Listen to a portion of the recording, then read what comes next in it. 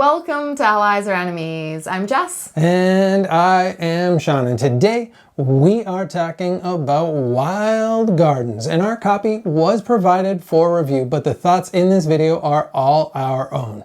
Wild Gardens is a 1 to 4 player game designed by Vega, and it is all about foraging. You go around collecting different ingredients, use those ingredients to make recipes, and then serve those foods to various guests, collecting a whole bunch of points along the way.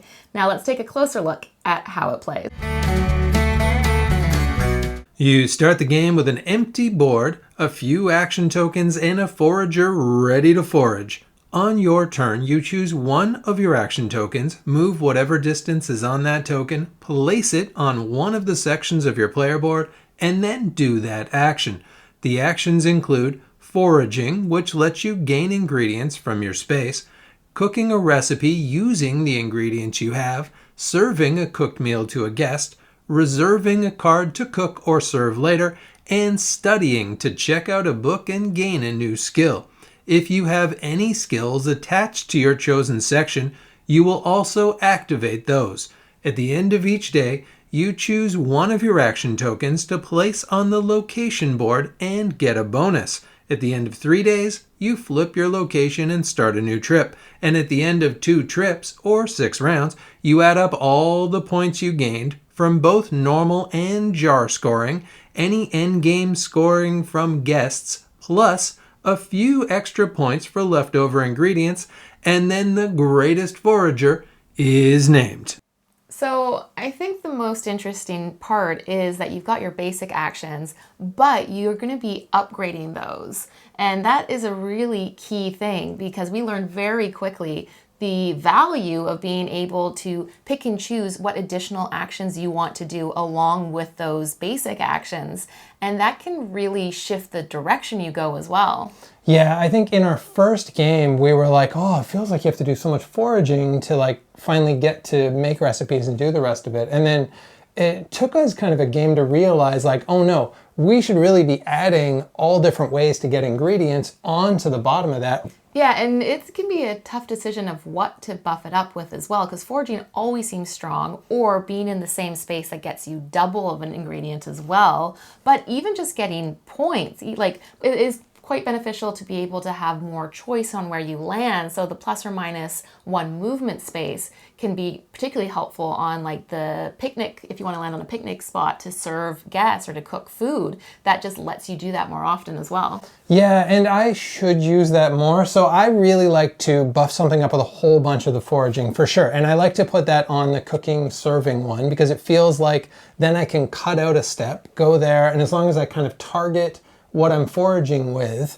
I can make a recipe immediately, get the stuff, make the recipe if I'm lucky enough. Yeah, there doesn't ever seem to be a completely wasted action, though the one that might come the closest is reserving somebody, but then you also get 2 points.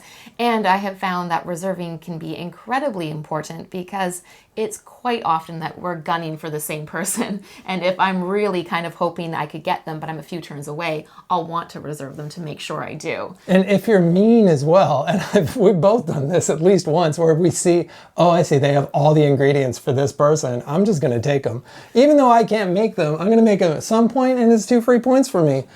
So there definitely is interaction in that part of it as well. There's actually quite a bit of interaction in this game, more than you'd think. Yeah, and one of the key bits of interaction is that you can't land on the same space as somebody. So just somebody moving ahead of you can interrupt your plans. And you do have to try and plan things out in advance because your action tokens let you move only so many spaces. And so you do want to have an idea if you're collecting ingredients this one turn, but you want to make them the next turn, that you have the right movement spaces to do that. And then if someone gets in your way, that might throw that off as well. So there is a lot of planning. It's certainly a thinkier game than I had expected in our first play. And it is tricky because each journey is 3 days, and at the end of each day, you lose one of your movement tokens. So by the 3rd day, you only have 3 tokens left, so that restricts your movement even more.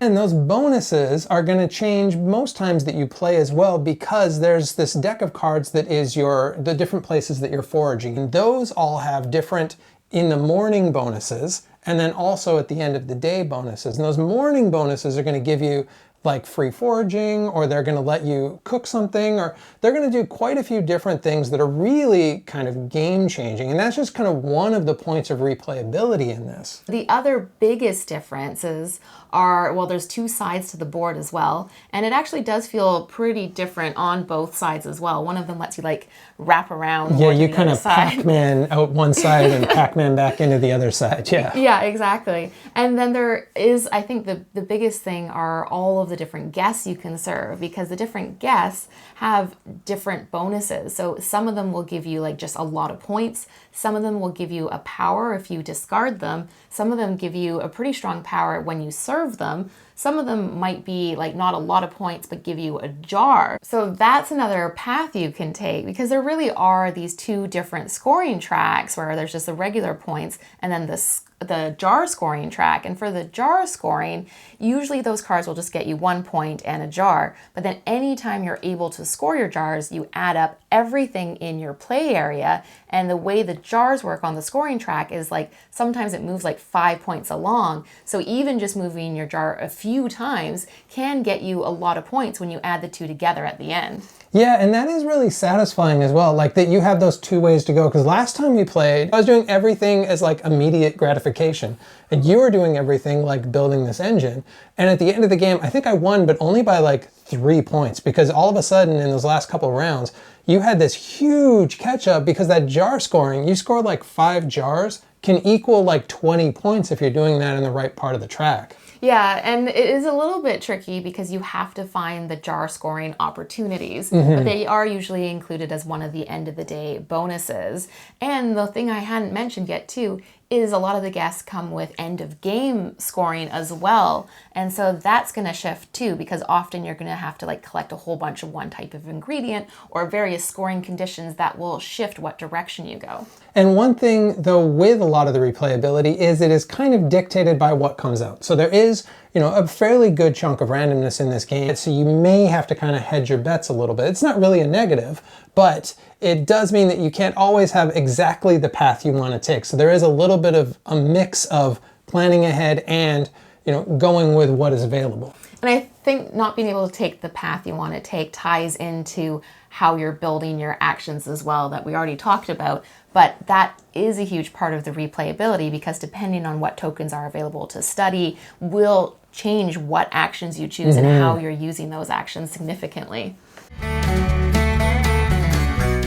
And the other thing that is going to change how it plays is the player count. And we've only played it at 1 or 2, but it really feels like it's going to play differently, I think, from 2 to 4 players. Yeah, and I really like the 2-player game, because at 2 players, you have a pretty good idea of what spaces you can end up with on that shared board. Like if you're really far away from me, then I don't have to worry too much about you getting in my way. Whereas at more players, it's going to be a bit more chaotic. You don't necessarily know where you end up. And that might work out in your favor, because you might be like, oh, I can only go one space and I need to get to a picnic table, and then be like, oh, good. People ended up right in front of me. So that worked out well. So if you like that like interaction and a little bit of that chaoticness, then you'll find that in more of the 3-4 player game. But if you want more control of like where you end up, you'll find that in the 2-player game. In neither case is there like negative interaction. You aren't stealing ingredients or anything, but you might just be like taking customers that the person wants, or reserving recipes that you know the person's going to build. So it's more of that like passive interaction, I'd say. Passive aggression sometimes, especially with stealing the customers and the recipes. Yeah, there can be, it's not like take that, but it's certainly a little bit of like, I know you want that, so I'm going to take that. There's a little bit of that in there. And the boards, it's worth mentioning as well, the boards, there's no extra spaces for 2 players or 4 players. So you're playing with the same number of spaces, and there's not oodles of spaces on that board. So I would think at 4 players, you can pretty much like run all the way around the world in one turn if you're just hopping over people's heads all the time. And there is also a solo mode for this game, and it's kind of a campaign-based solo mode. So there's not like a bot player that you're playing, but you've got a bunch of specific goals. Sometimes there's a bit of a specific setup, but the main thing that you're doing is serving specific customers. And then there's a bit of kind of a charming little story to it as well. So all the cards have a little number at the top. I didn't know what that meant at first, but it's story bits that are going to come up in the solo mode book. So you'll go through and it'll be like, oh, someone like stole my fruit. Where's my fruit? There's like a fruit thief. And then there's like this little kid with a watermelon on his head who's like, I really love fruit. And it's all just so charming. That is a little bit of a spoiler for the very first beginner one. I haven't played past that, so I don't know about the rest of them. But from what I've played, it's super charming. It works really well, actually, even though it is kind of a best score mode. It's a best score mode with all of these specific challenges that you have to hit. And there's like a good chunk of challenges in the game as well that you have to get to. So I really like the solo. Yeah, the solo comes in like a pretty hefty book that I was interested in it, and I might want to try it sometime. The components here really across the board all look really lovely. It's all very charming. I really like the bright, colorful art. I think one of the highlights is like the big personalities that come across with all of the guests that you're serving. Like they all seem to, like, you can kind of tell at a glance what kind of person they are. Yeah, you get more of that out of the solo campaign, obviously. So there's already some of those guests come out and I'm like, oh yeah, I remember them. They did this thing in the story.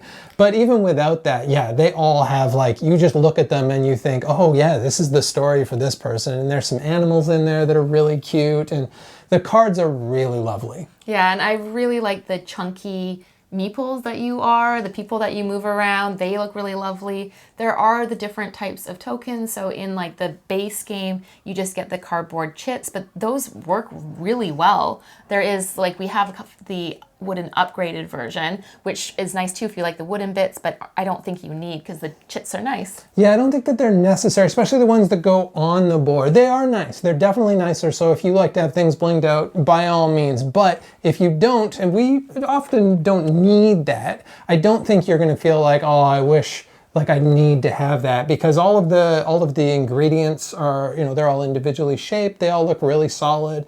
Everything is good across the board, and the recipes as well. Because you talked about the character cards, but those recipe cards, there's been more than a few of those that we're like, oh, we really want to eat that tonight. We got to go. There's a pine nut pizza that all I want now is pine nut pizza. Yeah, and it's all vegetarian as well. So that's quite nice for us, because we are too.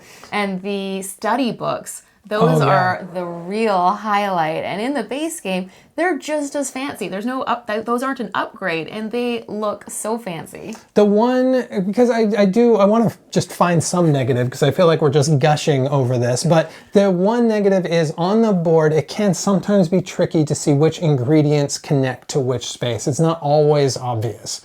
And so that can be just like a tiny bit of a hassle at times, but that's really the only thing that I can think of. Yeah, I wasn't sure at first, and then you're like, well, it's the tree that it's on, or the bush it's on, if that's part of it. But I would agree that you get used to it, but it is maybe the one little negative. So in terms of who we think this is for, this does seem to fit very much in a gateway level game. It seems very approachable with the bright, colorful art, and in particular the theme. The theme is like, it's all about foraging, making recipes, serving friends. I think that opens it up to a lot of people. Yeah, foraging is just super popular. It seems like a lot of folks are into that. Gameplay-wise, it is a fairly light game, and it reminded me in some ways of Flamecraft, where the actions that you're doing aren't huge, but your turns can go a little long sometimes because of the little combos that you can make, and it just has kind of a Flamecrafty vibe. I would say if you like Flamecraft, you're probably going to like this, or other games like that. If you didn't like Flamecraft, there's still a chance that you will like this, because I think it is just a little bit smoother than that game, but I think you're going to see a lot of people comparing this to that. Yeah, and I think part of it is it's like charmingness. They both have this really great world that they've created. And I think, like, it sounds like from what you mentioned that this also works well for solo players if you want a cozy campaign type of game. And I think cozy is the big word here with this game. This is just a very, very cozy game. And there is a little bit of depth in it, more than you would think, but at the same time, it is still a game where you are, you're kind of moving around in a circle 8, you're picking up ingredients, you're using those ingredients to get stuff, you're using that stuff to get stuff. But there is a cozy charmingness in how you do all of that stuff. So I guess if you hate cozy things, then this isn't for you. Well, if instead of cozy you want like a jagged and if you want a heavier game, then I guess this wouldn't be the fit. And I will say that if you want a light game, this may be too heavy because it can cause a little bit of AP. But I do think there is a wide range of people that would really enjoy this game. And that is it. Have you played Wild Gardens? What did you think? Are there any other foraging or cooking or serving people games that you enjoy and you might recommend? Thank you so much for watching. As usual, please like, subscribe, and hopefully we'll see you next time for another game.